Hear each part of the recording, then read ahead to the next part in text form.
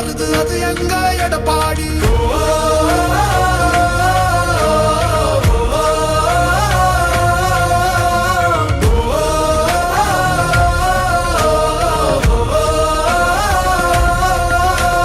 புரட்சி தமிழர் எழுச்சி பயண புயலா உருவாச்சே பல வருஷம் கழிச்சு நினைச்ச கனவு. மேட்டுப்பாளையத்தில் தனது தேர்தல் பிரச்சார சுற்றுப்பயணத்தை எதிர்க்கட்சித் தலைவர் இபிஎஸ் தொடங்கியிருக்கிறார். அவரோடு பாஜகவுடைய மாநில தலைவர் மற்றும் மற்ற பிரதிநிதிகள் இருக்கிறார்கள். அது தொடர்பான காட்சிகளை பார்த்துக் கொண்டிருக்கிறோம். தற்போது இபிஎஸ் ரோட் ஷோ சென்று கொண்டிருக்கிறார். அது தொடர்பான காட்சிகளை பார்க்கிறோம். தொடர்ந்து அவர் மக்களை சந்தித்து அவர்களது குறைகளை கேட்கிறார்.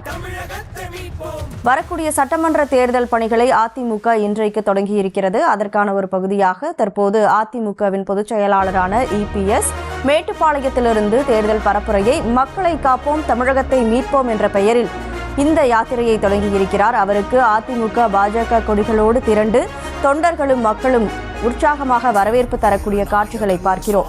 பொதுமக்களை சந்தித்தபடியே எடப்பாடி பழனிசாமி ரோட் ஷோ சென்று கொண்டிருக்கிறார். மேட்டுப்பாளையத்தில் அவர் பிரச்சார பயணத்தை தொடங்கிய நிலையில் தற்போது தொண்டர்களும் அதேபோல பொதுமக்களும் அவருக்கு உற்சாகமாக வரவேற்பை தந்து கொண்டிருக்கிறார்கள்.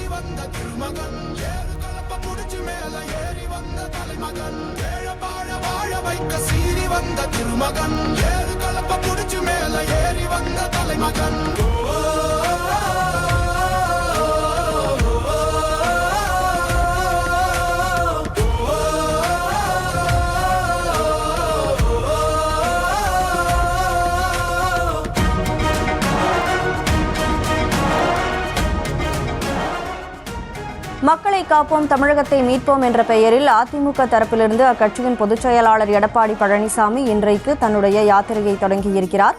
கோவை மேட்டுப்பாளையத்தில் அவர் ரோட் ஷோ சென்று கொண்டிருக்கக்கூடிய காட்சிகளை பார்த்துக் கொண்டிருக்கிறோம். கூடுதல் விவரங்களோடு செய்தியாளர் ராஜேஷ் இணைப்பில் இருக்கிறார். ராஜேஷ் வணக்கம். அதிமுக சட்டமன்ற தேர்தல் பணிகளை இன்றைக்கு தொடங்கியிருக்கிறது. அதற்கான பரப்புரையில் அந்த கட்சியின் பொதுச் செயலாளர் ஈடுபட்டிருக்கிறார். அது தொடர்பான காட்சிகளை பார்த்துக் கொண்டிருக்கிறோம். அதிமுகவுக்கு இந்த யாத்திரை எவ்வளவு முக்கியமானதாக பார்க்கப்படுகிறது? கனிமொழி வணக்கம். அதிமுக தற்போது தேர்தல் பிரச்சாரத்தை தொடங்கி இருக்கிறது. அக்கட்சியினுடைய பொதுச் செயலாளர் இபிஎஸ் தற்போது ரோட் ஷோ செல்லக்கூடிய அந்த காட்சியை பார்க்கிறோம். உடன் பாஜக மாநில தலைவர் நயினார் நாகேந்திரன், மத்திய இணையமைச்சர் எல் முருகன் உள்ளிட்ட பாஜகவினுடைய முக்கிய நிர்வாகிகளும் பங்கேற்றிருப்பதை நாம் பார்க்கின்றோம். கோவை மாவட்டம் மேட்டுப்பாளையத்தில் வழிநெடுக்க அதிமுகவினுடைய கட்சி கொடிகளும் பேனர்களும் ஆங்காங்கே வைக்கப்பட்டிருக்கிறது. அதிமுகவினர் ஏராளமானோர் அந்த பகுதியில் திரண்டு இபிஎஸ்க்கு வரவேற்பு கொடுக்கக்கூடிய அந்த காட்சியை பார்க்கின்றோம்.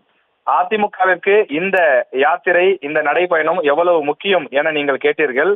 அதிமுக தற்போது எதிர்க்கட்சியாக இருக்கும் நிலையில் இந்த முறை கட்டாயம் ஆட்சியை பிடித்தே ஆக வேண்டும் என்ற கட்டாயத்தில் இருக்கின்றது அதிமுக. ஏனென்றால் அதிமுகவில் ஒற்றை தலைமை ஏற்பட்டால் நிச்சயம் வெற்றி வாய்ப்பு கிட்டும் என்று சொல்லி வந்த நிலையில் இபிஎஸ் ஒற்றை தலைவராக அதிமுகவினுடைய பொதுச் செயலாளராக தேர்வு செய்யப்பட்ட பிறகும் கூட அந்த கட்சிக்கு பெரிய அளவில் வெற்றி வாய்ப்புகள் கிட்டவில்லை. குறிப்பாக உள்ளாட்சி தேர்தலாக இருந்தாலும், சட்டமன்ற இடைத்தேர்தல்களாக இருந்தாலும், அதே போல நாடாளுமன்ற தேர்தலின் போதும் அதிமுகவுக்கு அதிக அளவில் தோல்வியே கிடைத்திருக்கின்றது.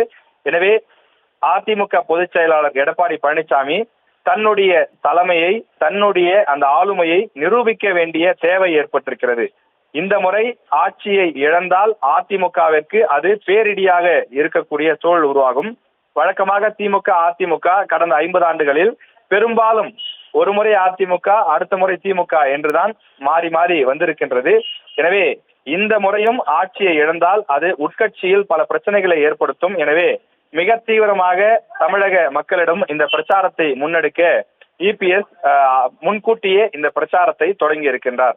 தேர்தலுக்கு 10 மாத காலம் இருக்கக்கூடிய நிலையில் தமிழ்நாட்டில் இந்த 4.5 ஆண்டு காலத்தில் திமுக செய்திருக்கக்கூடிய பல்வேறு சட்டம் ஒழுங்கு பிரச்சனைகள், பாலியல் துன்புறுத்தல் உள்ளிட்ட பல விஷயங்களை பட்டியலிட்டு இபிஎஸ் இந்த பிரச்சார பயணத்தை மேற்கொண்டு வருகிறார்.